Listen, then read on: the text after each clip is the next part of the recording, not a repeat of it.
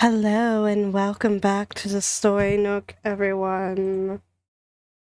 Today we are going to be reading chapter 7 of I'd Rather Have a Cat Than a Harem, reincarnated into the world of an otome game as a cat-loving villainess, written by Kozuzu Kobato, and our artist is Chinano Chano.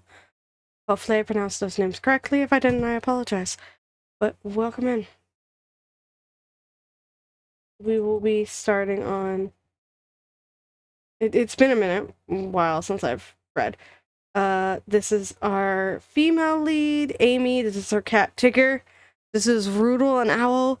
This is, I believe, the first prince. And since this is the first prince, this is his cousin, whose aunt fosters cats. This is the mom, the dad, and I believe this would be the older brother. But we are on chapter 7, which is at the border of province. And we're gonna read for about, my goal is about 15 minutes. I did do an audition for a local play today. It is a musical, so I'm not expecting to get a callback because I'm kind of tone deaf. And they didn't have us do character reading, they just had us singing today. But let us carry on. Congestion, not fun. I'm going to try to record several of these and then schedule them out for the week. So hopefully you guys can enjoy that. And then I want to try to upload at least once a week and get back to that. And if we make it to where I can get this channel monetized, I'll see about doing at least one daily is what I would like to do if this channel eventually gets monetized. Dear Ed, how are you? It's already been 10 days since I arrived at my grandfather's house. Tigger's gotten pretty used to everything here.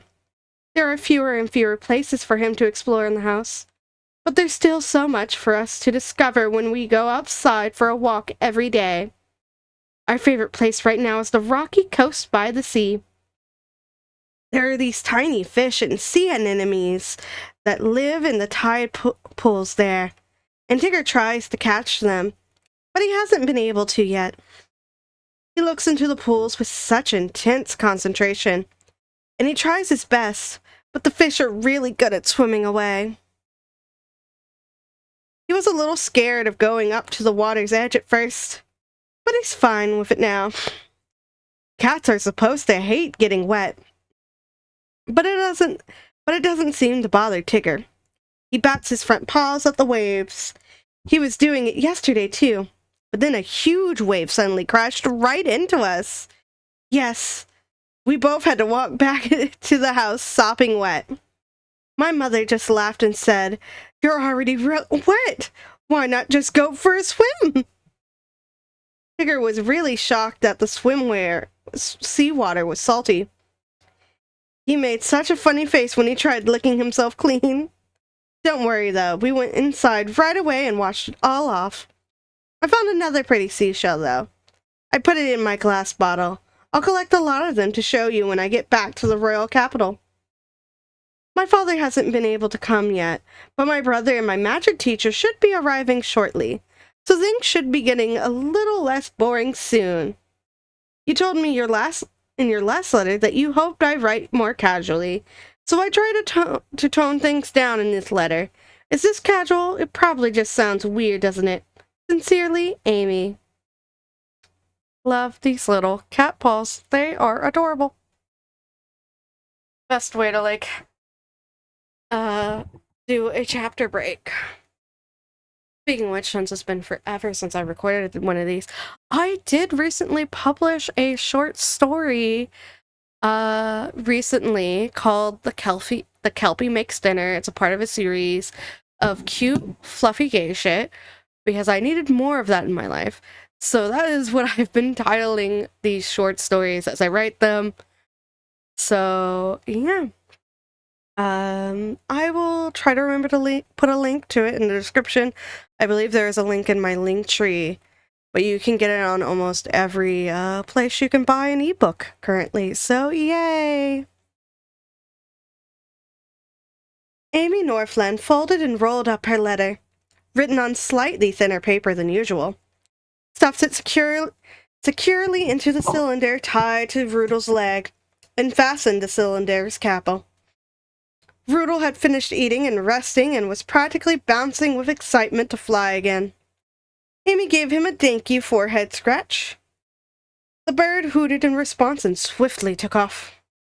Ah, another beautiful day for flying.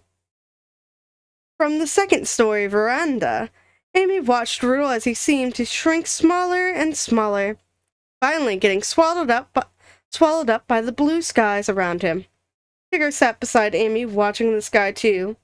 Well, Tigger, Harold should be getting here any moment now. Shall we go outside? The cat squeaked out a meow and followed Amy out of the room. Amy and Isabel were staying in the scenic, bustling seaside town of Walham, which was governed by Amy's grandfather, the Margrave of Walham.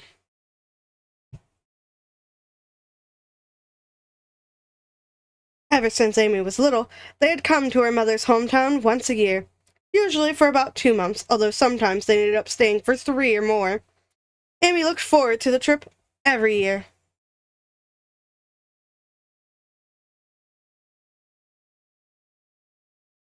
With seas of its northern and western borders and a massive roadway connecting the major inland islands.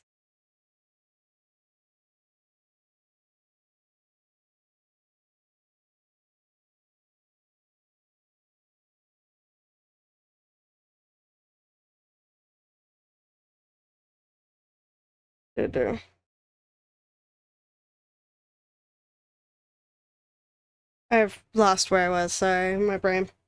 With the seas to its northern and western borders and a massive roadway connecting the major inland areas, the kingdom of Luducia was often in contact with other kingdoms and was an international trade hub. They also had flourishing agriculture and processing industries, but trade was the cornerstone of their economy. That was largely the reason why the royal family had married most of their children off to nobles from foreign kingdoms for many generations.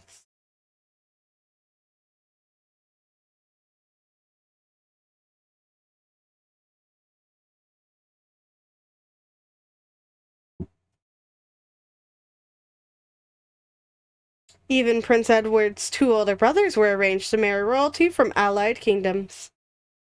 Maritime trade held considerable influence and leverage among the international trade routes, and Walham was one of the vital seaside cities in Lusidinia. Although it was located in a remote region, Walham had one of the highest populations in the kingdom, and was overseen by Isabel's father, Rudolph. However, the people of Walham were very different from the citizens of the royal capital. They were incredibly open and unreserved, with almost no perceptible differences between the nobles and the commoners. Storms occurred seasonally every year, and in the past there had been several huge disasters. Given its location, many seamen and merchants from the foreign kingdoms made their homes in Walham, and there was simply no time to fret over titles and nationalities each time a disaster occurred. These circumstances, paired with the unconventionally forthright and rough personality of its feudal lord, made Walham an unpretentious, lively gateway to trade in the region. The Margrave's estate was built on a cliff by the sea. At the highest point on the grounds, there was a tower with a light at the very top, which could function as a lighthouse when needed. Walham had its own private small army, both for defense and to assist during natural disasters. Lodgings and facilities for it were located on the adjacent plot, where they also conducted exercises, for the Margrave's estate was frequently used for meetings and briefing sessions. As Amy was going down the stairs, her grandfather and some of his commanding officers were just coming out of one of the meeting rooms, right beside the grand house's exit.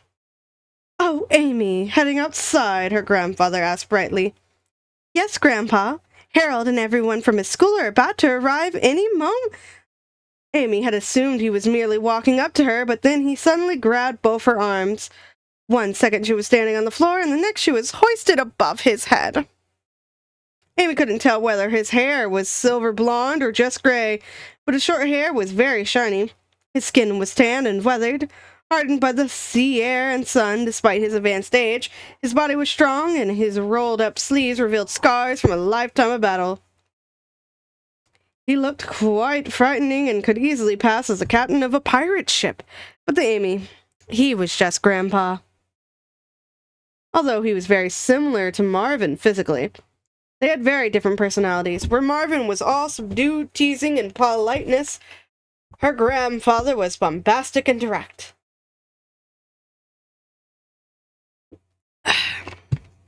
Drinking. I did a lot of singing and we forgot to bring water with us. So we stopped and I got a Gatorade on the way home. It is lime cucumber. Probably one of my favorite Gatorade flavors at this moment. Thank you, Gatorade. I would like a sponsorship, but I will settle for just telling you I like the lime cucumber flavor. Grandpa, I'm not a little kid anymore.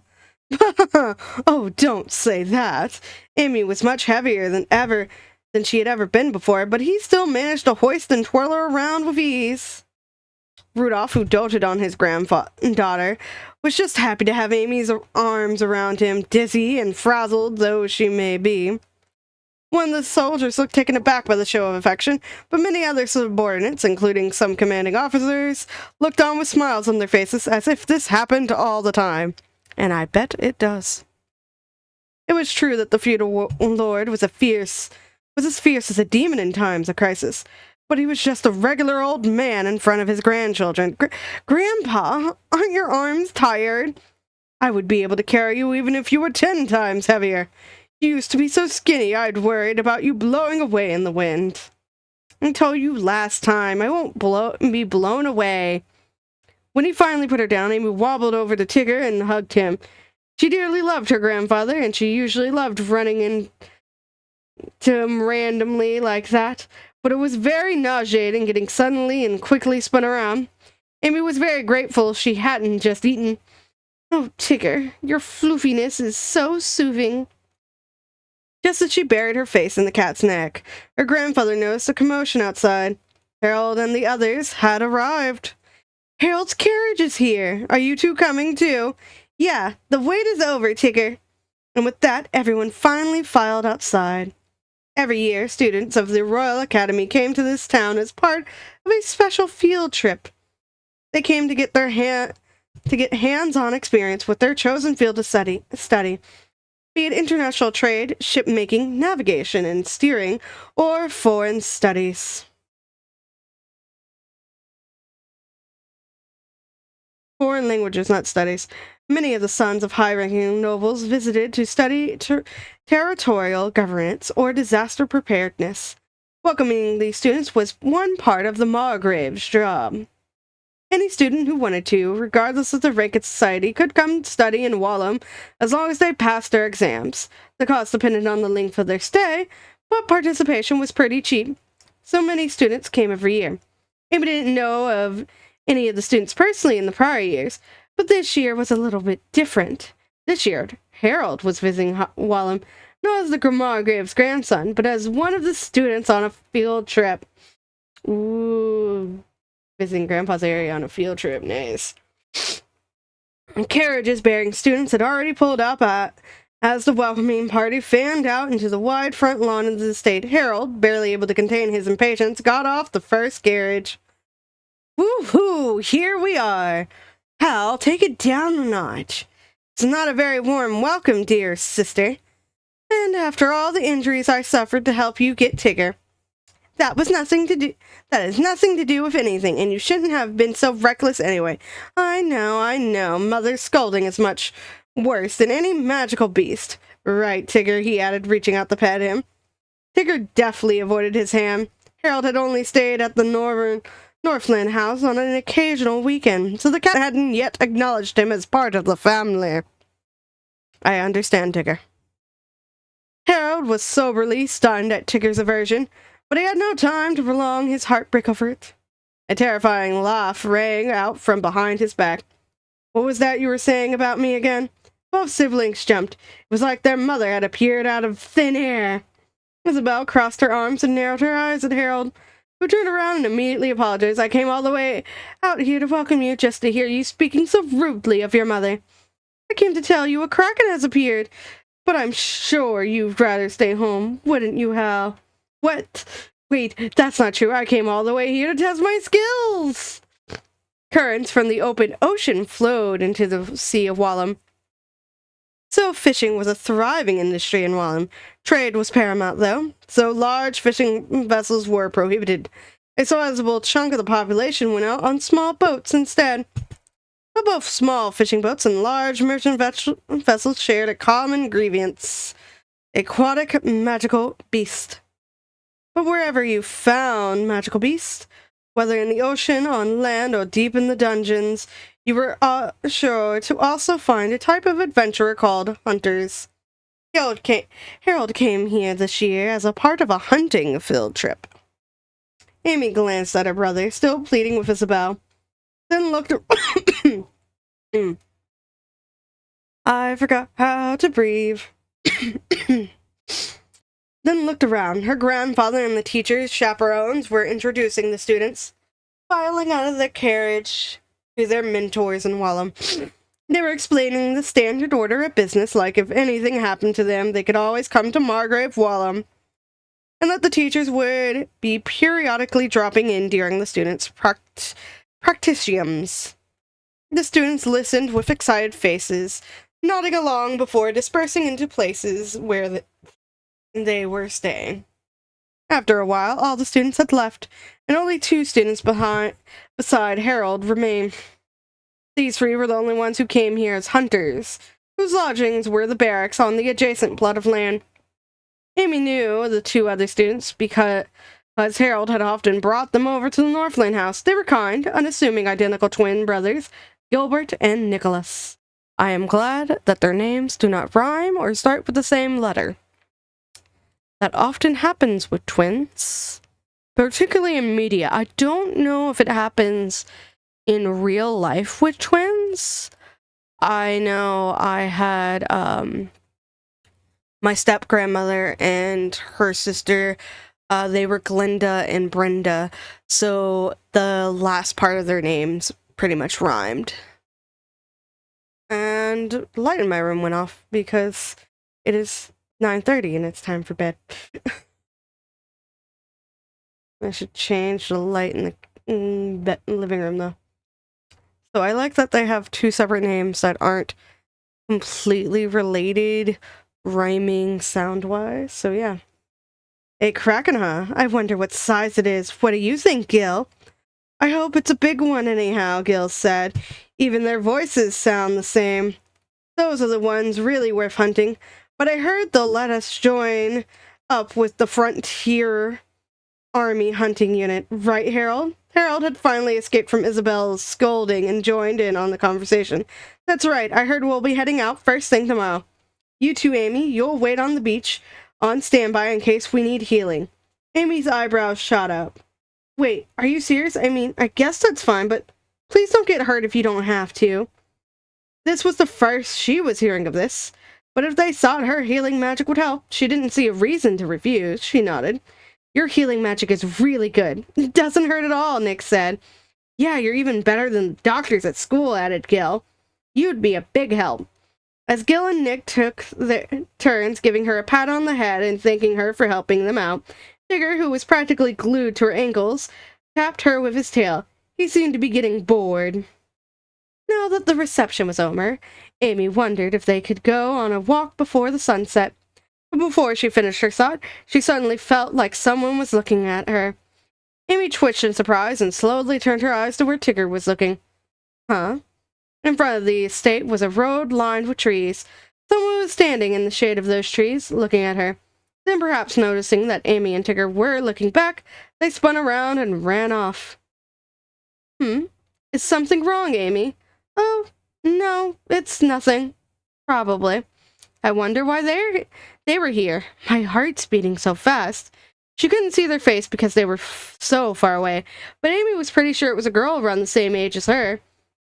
And judging by her height, wearing a plain dress, she had such beautiful pink blonde hair. She had clearly seen the girl's long hair, down to her back, fluttering in the wind. It was the hair color of a heroine.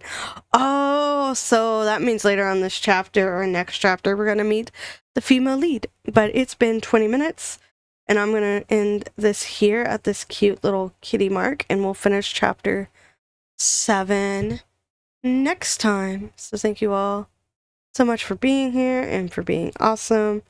And I hope you all have a great day. Remember to stay hydrated. If you want to help support me, you can check me out on Patreon or donate to my Ko-fi. Both will get your names read out at the end of videos. Speaking of which, let me go ahead and get that list to read out. Where are you? My list of Patreon and Ko-fi supporters. I keep a Word document so I can always find you guys. Tweet Tea Cakes, Kaleidoscope Chick, Axel 1154, Cassie G, Janice J, DS, Axel Alcaraz, Semi-Random Sevens, and Micah. Thank you all so much for being awesome supporters. You're all wonderful. If you subscribe to my Patreon, you get videos early. Donating to Ko-fi gets you a quick Save for Work drawing of whatever you want, no matter what you donate. I also do my commissions exclusively for Ko-fi, so if you want to commission like me drawing a Sonic character for you, or a mermaid, even like a headshot bust character, chibi style figure, all of that is good. So yeah. Yeah. Make sure you stay hydrated. I've got all of my Sonic June videos for my main channel, Chrissy Duffy, scheduled up, so I hope you guys enjoy that once June hits. And then I'm going to be going to a Sonic event in Atlanta, Georgia in, I believe it's August. It's the end of August, beginning of September. I know it's towards the end of a month, and I believe it's August or September at this moment. I am not there for any panels or anything, or invited as a guest. I'm just going because I want to see what a Sonic event is like, because I have not been to one despite being 30. And according to my friend, we have Sonic events here all the time. Did not know. Have never been told about any of them. I do have one friend who is going to try to get a booth there. He's going to be selling prints if he does get that booth. So if that does happen, I will probably be doing a lot of shout outs for him, because he hardly ever posts online. So yeah. I've also been writing more, like I said. So yeah, we're plans for Story Nook at this moment. I'm going to try to finish this novel, and then the other novels that I've started, which would be I'm a Witch and My Crush Wants Me to Make a Love Potion. But I've got a couple of other new ebooks to read. Let me go ahead and peruse those titles, and if there's any specific like ebooks or whatnot y'all would like me to read aloud, let me know. I'll see about getting a copy to read aloud. But I've got History of Don Quixote, Love of a Villainess. I've finished Wizard of Oz, The Drab Princess, The Black Cat, and The Satisfying Breakup. And then I do have Mushroom Princess. It's called like Mushroom Princess for a Dragon Prince or something. It is not downloaded in here, but it's in my drive somewhere. So yeah, make sure you all stay hydrated. All stay safe. Have a great day. And all that good stuff. So yeah, bye-bye.